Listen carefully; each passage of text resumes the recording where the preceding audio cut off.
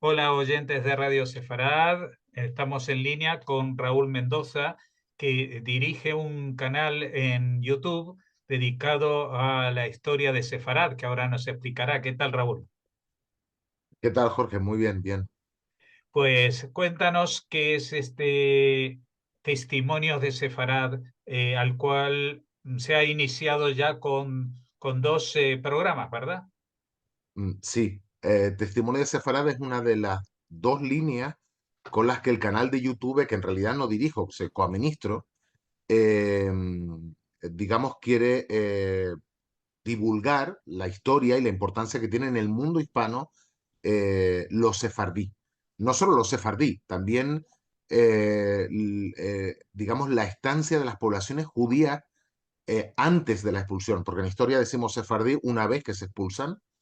Eh, pero bueno, entiendo que anímicamente un sefardita pues se siente vinculado a Toledo la Grande, Tudela la Grande, Córdoba y todo este tipo de cosas, ¿no?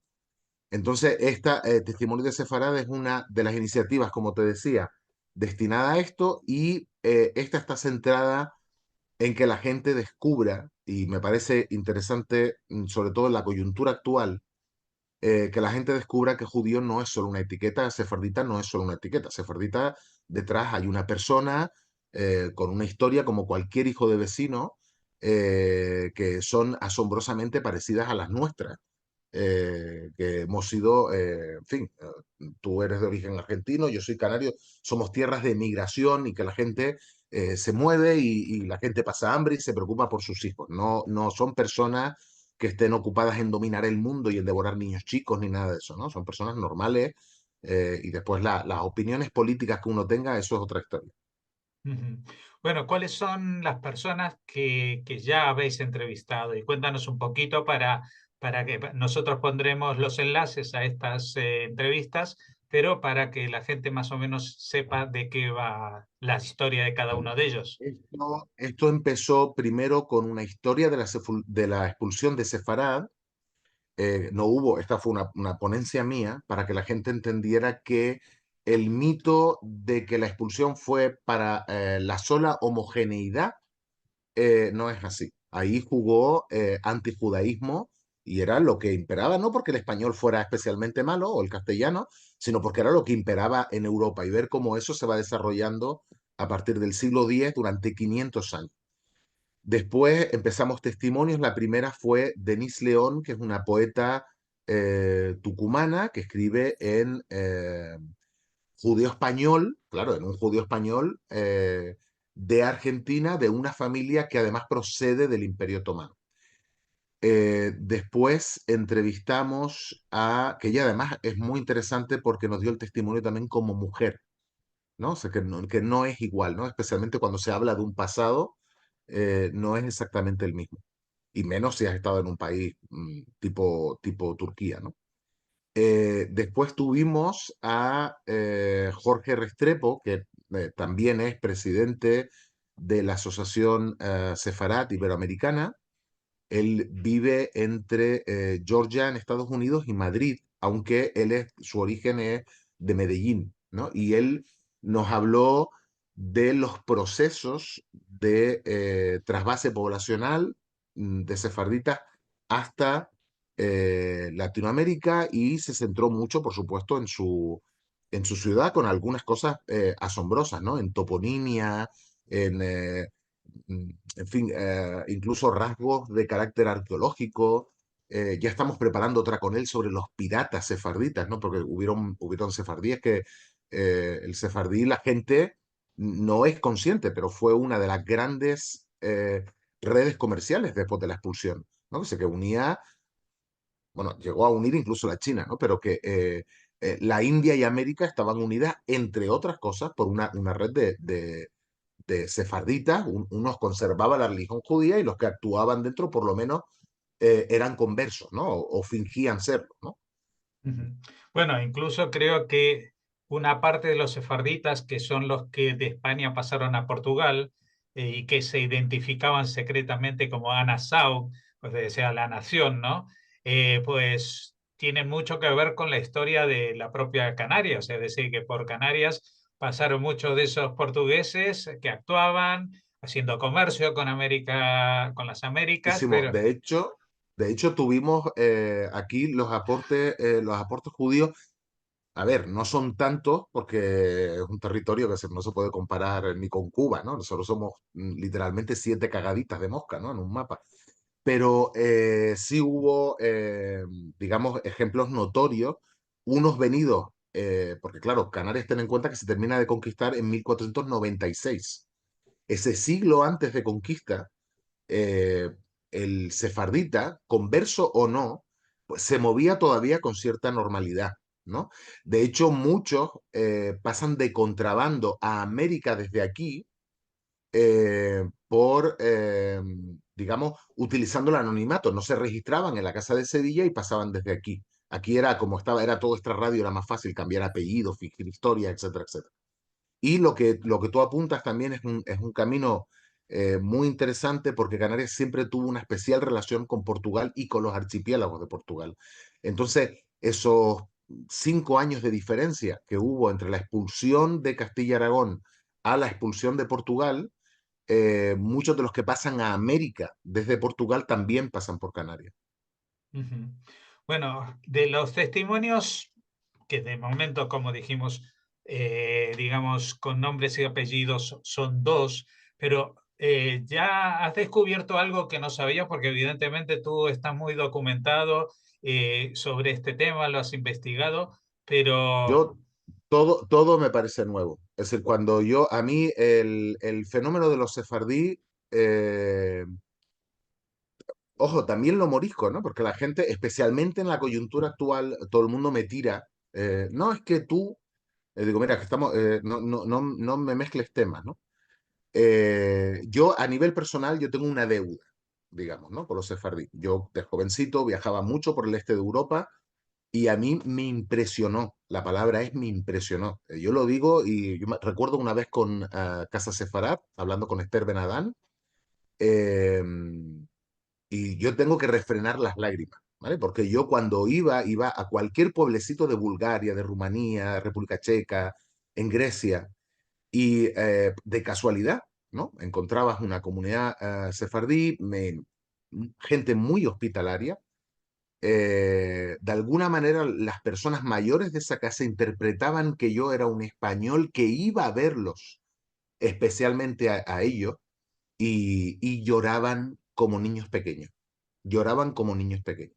Y a mí eso me impresionó, ¿no? Es decir, ¿cómo puede ser que en vez de generar un relato, eh, digamos, de odio, ¿no? De decir, oye, esta también era mi tierra, ¿no? Y me echaste injustamente, ¿cómo puede ser esa nostalgia y ese orgullo por una lengua común? En fin, una lengua común. No voy a entrar en el discurso de si el judeo español es una lengua o un dialecto, pero que es decir, ese patrimonio común que tenemos, ¿no? Eso me impresionó muchísimo. Entonces, a nivel personal, tengo una deuda. Es verdad que después hablas y uno no entiende la riqueza de los sefardí hasta que empiezas a hablar con sefardí.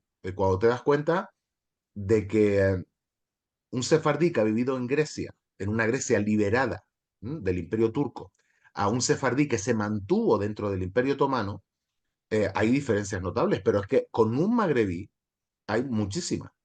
Con un francés hay muchísimas. Con un holandés que vive en un entorno calvinista hay más todavía. Cuando uno se da cuenta la cantidad de personas que aportan, claro que están todos mezclados, ¿no? Sobre todo los conversos, una vez que están conversos y se casan, tú dices, bueno, sí, una persona lo puedes definir como sefardí, pero también lo podrías definir como gallego, como bretón, como portugués, ¿no? Porque tiene tantos ancestros, pero yo siempre utilizo la palabra, lo de los sefarditas fue una amputación. Es decir, España de alguna manera se autoamputó una parte de sí mismo. No, no es que el sefardita no se trata de ser más judío o más español, es decir, porque es una dicotomía falsa. Es decir, pero hay que entender que el sefardita era un español, o un castellano, aragonés, portugués, de religión judía. Y ojo, porque aquí hay un matiz muy importante. ¿Por qué no digo, es decir, no es que el morisco, el mudéjar, no lo fuera, pero hay que tener en cuenta que el ensañamiento que hubo con el judío es más incomprensible, porque lo mudéjar sí fue el otro con el que yo militarmente me confrontaba durante 700 y pico años. Nunca hubo una guerra entre cristianos y judíos en Hispania, jamás, de los Mm. jamases, ¿no? Y sin embargo, eran esa otra cosa rara, eran tan parecidos a nosotros, eran tan parecidos, era no tan parecidos a nosotros, era tan nosotros que se les obligó a llevar un distintivo.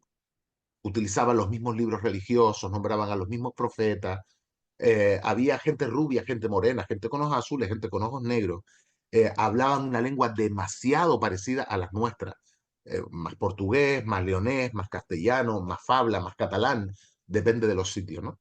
Y entonces, cuando uno se da cuenta de que van, ¿no? Y tú, yo viví mucho tiempo en Italia y soy un apasionado de ese país, pero la gente no sabe que el risotto es un patrimonio sefardita.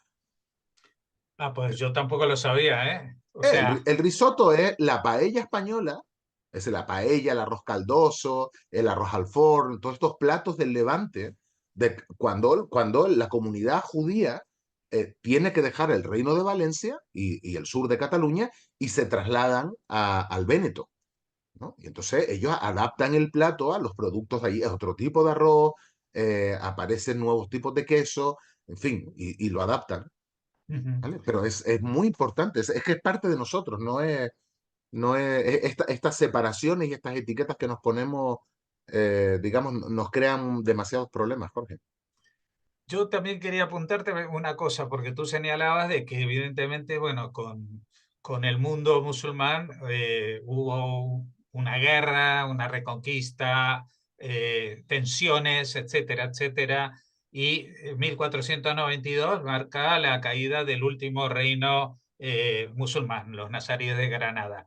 Pero fíjate que en 1492 a los que expulsan son a los judíos, pero no a los moros ni a los moriscos. Eso Eso. sucedió como un siglo y pico después, en un contexto Sí, totalmente... depende de la zona, Sí, pero en Valencia estuvieron hasta 1600 y poco. Sí, sí. claro, a esa fecha me refiero que hubo un alzamiento contra la corona, etcétera, etcétera, rebeldías, y eso, bueno, ya degeneró, digamos, en una... Sí, Bueno, una eso es lo que explico en esa primera ponencia que se llama expulsión, la expulsión, explico precisamente eso, que el relato de la unidad de la fe o de la unidad étnica, eso no es todo el relato. Yo no digo que no jugara algún tipo de peso, pero no es desde luego todo el relato. yo El problema tengo era que eran demasiado parecidos Y otra cosa y, más, ¿eh? Porque fíjate que el decreto de expulsión se firma justo cuando se conquista el último reino y no olvidemos que muchas de esas campañas militares se iban les financiadas. claro, eran financiados por los judíos porque a los cristianos no les estaba permitido prestar dinero con intereses, etcétera, etcétera. Entonces en ese momento que había que devolver la deuda, cambian la ley de juego. Es decir, ¿quieres que te devuelva la deuda? Pues tiene que ser cristiano y en todo caso te la devuelvo sin ningún interés. Sí, Y sin, ahí se cruzaron sí, muchos sí, intereses distintos. evidentemente también había un levantamiento ya desde todo ese siglo XV con las pestes y cosas Ahí también hablo de eso, ¿no? Esas leyendas de que el claro. judío, es decir, el cristiano estaba convencido de que realmente el judío era un monstruo que habían ido en contra del Dios de sus propias escrituras, que mataban niños pequeños eso lo puedes rastrear en Italia, en Francia, en Alemania, en Inglaterra, Y se lo todavía hay, puedes rastrear por todos sitios. y todavía hay fiestas Y populares en España, ¿eh? El niño de la sí, sí, sí, guardia, sí, claro que sí, claro que sí. hablas Y de lo eso mismo. solo se detiene, ese proceso solo se detiene durante la peste negra. ¿Por qué? Porque en la peste negra los judíos estaban demasiado ocupados en envenenar los pozos y expandir la peste. No hacía falta. Es decir, no hacía falta matar niños. Ya que si ya había una excusa mejor todavía que la de los niños, ¿no? Sí, claro, y como los Pues, y judíos eso vivían aislados, pues se contagiaban menos y entonces decían una nueva explicación, una nueva conspiranoia que desde entonces Ahora hasta... empezamos, Sí, ahora empezamos una nueva línea, porque esto de Sefarad tiene dos líneas, y, pero empezar también con la de los mudéjares dentro de poco. Una línea que la lleva Pinhas Bibelnik, el profesor de la Universidad Hebrea de Jerusalén, que se llama Historia de los judíos en la península ibérica. El primer capítulo, que es bajo el Imperio Romano y los visigodos, será el domingo 19, creo. bueno, pues nosotros lo que vamos a hacer es recomendar eh, el canal en YouTube para que la gente pueda escuchar y también ver todo lo que a través de estos testimonios de Sefarad y esta investigación de la historia, pues nos facilitan a la población, a todos los que se quieran enterar, ¿no? Porque estamos hablando de un proceso que en principio tiene que ser muy interesante para España, pero luego, por extensión, a todo el mundo de habla hispano, porque todo No, lo que pasó aquí, vía Canarias, también llegó al otro lado del claro, somos lo charco, ¿no? mismo, somos lo Y, y, mismo, sí. y las huellas de esta persecución y de este ocultamiento también se ven incluso en algunos momentos de la conquista de América o de las primeras, Bien. digamos, los primeros Pero asentamientos. hay que pensar, en fin, por un tema religioso o un tema que uno podría rastrear en la religión, buena parte de la élite intelectual en Latinoamérica era sefardita, porque ellos tenían el estudio desde pequeños, que será lo normal en las casas. Eso no pasaba en todas las casas cristianas, ¿vale?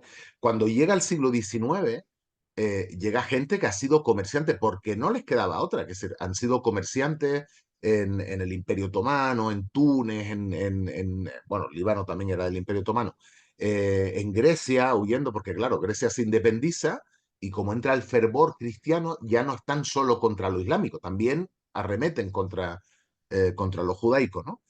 Y entonces, digamos, por ejemplo, en el siglo XIX, la cantidad de ferrocarriles, de bancos, de hospitales que se deben a esta comunidad es impresionante, es un legado, digamos, que yo creo que es de conocer por todos, porque es que somos nosotros, que somos nosotros mismos, ¿no? Es una parte de nosotros importantísima. Claro, y a veces resulta difícil de descubrir porque llevan los mismos apellidos, llevan los mismos nombres, los que son conversos incluso llevan la misma religión y han dejado ya el judaísmo detrás, como mucho conservan algunas costumbres particulares que 5 o 4 siglos después algunos familiares descubren y dicen, ¿por qué los viernes en la noche hacíamos en casa Se cierra esto? la ventana, sí, sí, sí, eso es Cosas común, sí. que se lavaba la carne y cosas que el resto de la gente del pueblo no la hacía, ¿no? Aparte de otros que sí en secreto conservaron, pero que son la minoría, por ejemplo, los chuetas en Mallorca, ¿no? Que era una comunidad muy pequeña y que muy endogámica también para conservar ese velo de secretismo y no sufrir, perdón, el cadalso, ¿no? Y las torturas. Bueno, evidentemente este es un tema muy amplio, muy apasionante y lo mejor de todo es descubrir que personas como tú también se apasionan por él y que nos facilitan el camino para seguir conociendo lo que sucede. ¿Cómo podemos encontrarlos? Pues en YouTube, poniendo el nombre del canal que es Investigando la historia, perdón, Investigando la Historia. la historia. Poniendo investigando la historia o canal investigando la historia, pues ya aparecerá, si no se Ahí pueden... hay muchos temas y ahí dentro pueden buscar Sefarad y aparecen, Bueno, aparecen un montón de... también pueden poner Raúl Mendoza, pero me imagino que de esos habrá otros Raúl Mendoza por el mundo Sí, publicando cosas. somos muy comunes. Sí.